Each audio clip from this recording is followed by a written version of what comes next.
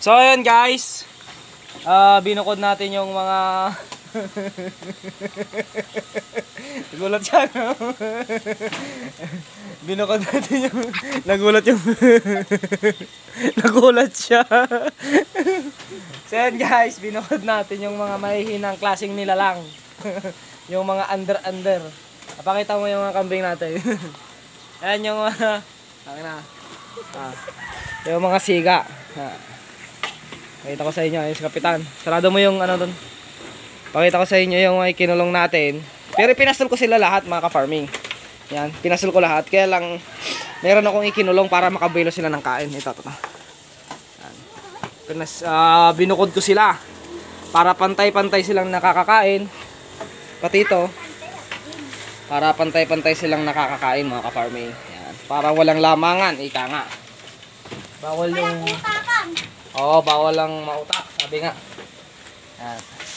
Bigyan ko sila ng kanya-kanyang pagkain para walang lamangan talaga. Yan. Yung mga nahuhulog na yan, bukas kakainin ni Tubal yan. Yan.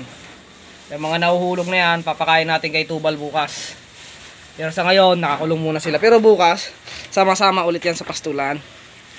Ay, kinulong lang natin. Ito pala yung hinahanap kong bakal eh. Bukas. Ganito lang ha mga ka-farming. Lalagay ko lang itong bakal. Yan. Binukod ko. Yan. Kabukod-bukod sila. Ang hindi lang kumakain yun, sisiga. Sarado mo. Lagyan mo dito sa taas. Sige. Diyan mo muna. Ikaano mo dito. Tuk. Buka tayo ng inumin nila. Dito mo lagay, deng. Alis yan, tot. Balis mo dyan. May katol din tayo. Ang sa kabila. Para makainom sila. Si Kapitan ang hindi ko makain.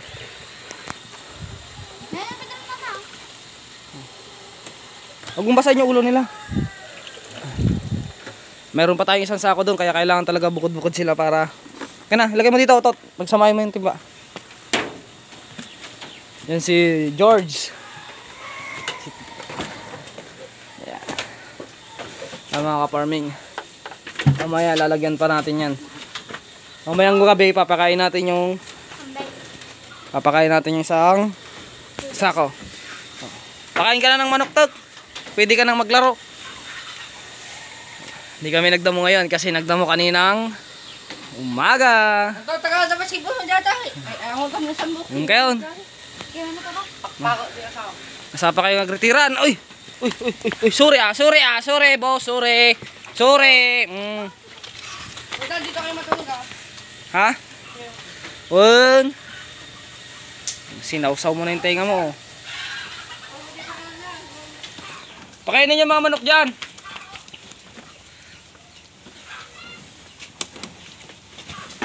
Takbo na balik sa dating pwesto isa. Ito, sige. Nangungulit na si Kapitan. Oo. Sige. Kapitan? Sige.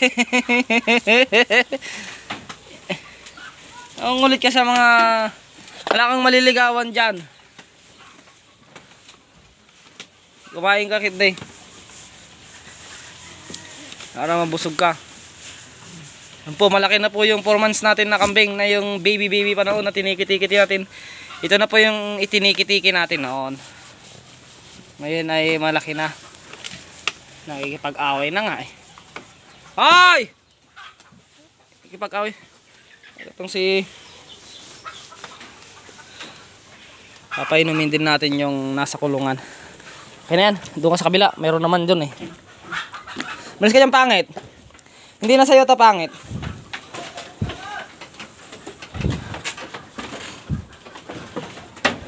Sige.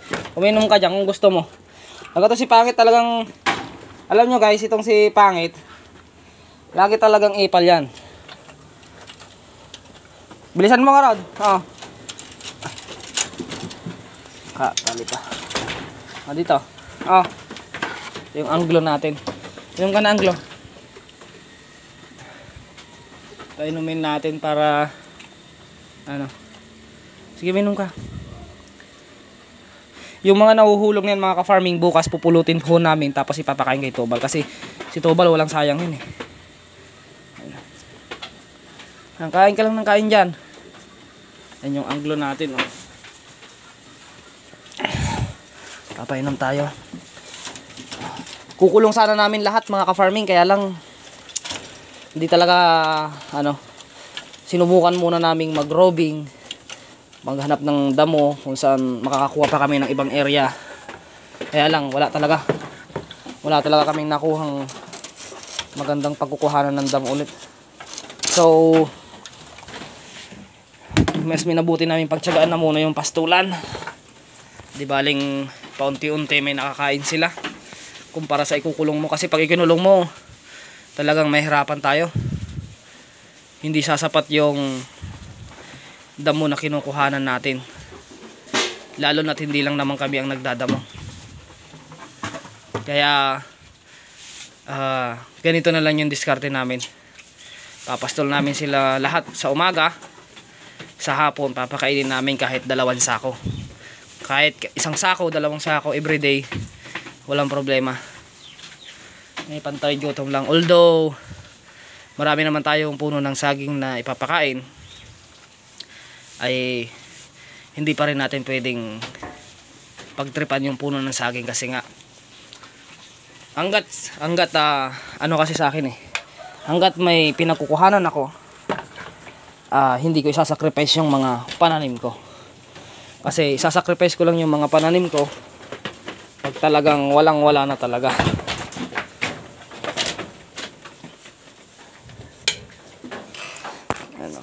Maganda naman ang katawan nila. Malapad, ayun. Malapad naman eh. Nabubusog naman sila sa pastulan. Ayun. Malaki na rin yung tiyan ni Pangit. Malaki na rin po. Tignan mo yung isa. May papakita ko sa inyo na ayun o, ayun o. Yan. Yan. Yan. Sige, sirain mo yung ulo mo. Sige. Bakit? Sige. Lalapitan kita para tulungan, saka ka naman lalayo. Meron bang ganyan na sige. Walang problema sa akin. Nilusot mo yung ulo mo dyan, nilusot mo yung ulo mo. Tapos ngayon, kakalampag-kalampag ka. Bakto. Normal lang naman sila. Tobal, kumain ka doon. Marami pong pagkain dito. Natakot sila. Sige, pumasok na kayo doon. Uminom na kayo doon. Kumain, uminom. Me.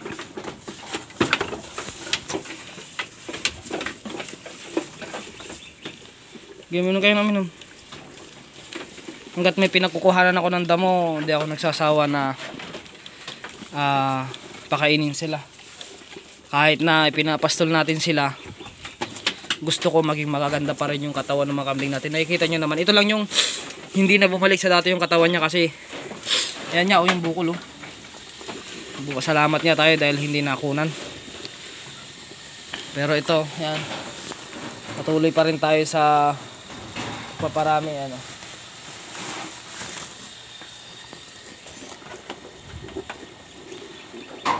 Doon ka na sa baba, tagpay. Doon ka na sa baba. Doon sa baba.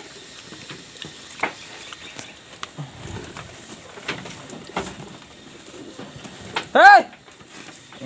Huwag ka kasing sumiksik dyan. Alam mo naman kasing, nakikita mo kasing,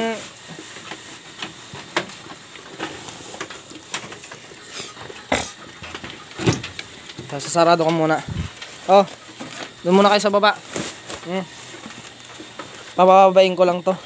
Magulo sila eh. Kuha lang tayo ng konting tubig, kasi kulang pa yung tubig nila doon mga ka-farming. Ito may molasses yan na may pigs. Ayun sila oh. Bumaba na kayo dun. Wala kayo rito makakain. Okay. Hindi ko kayo papakainin. Oh.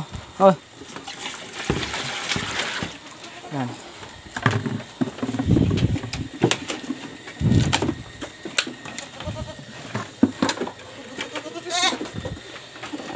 Kala nila laging may bagong pagkain.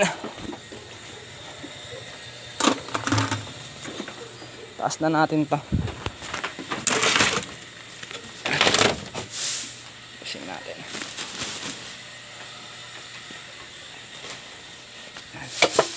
Ito yung mga damo. Marami pa ho tayong damo. Meron pa hong isang sako dyan, oh, sa taas. Yan si Tubal, oh. Marami pa ho tayong damo na pwedeng ipakain sa kanila.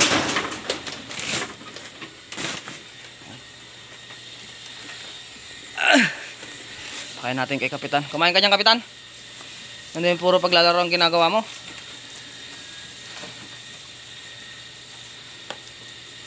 Kumain ka dyan, ha?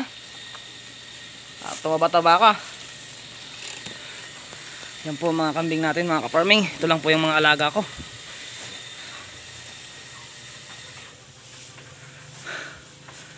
Nakakapagod din mag-alaga, kaya lang tiyagaan lang talaga. Ito. Kahit paano nakakain sila ng maayos na walang kaagaw. Takot kasi sila lahat doon, oh, kay Tagpi. Si Tagpi, good performance sa akin yan si Tagpi. Si Tagpi, ang anak ni Tagpi ay ito. Ayan, nabuntis na nga rin eh. Yan, oh. Buntis na rin yan. Tsaka ito si Kapitan.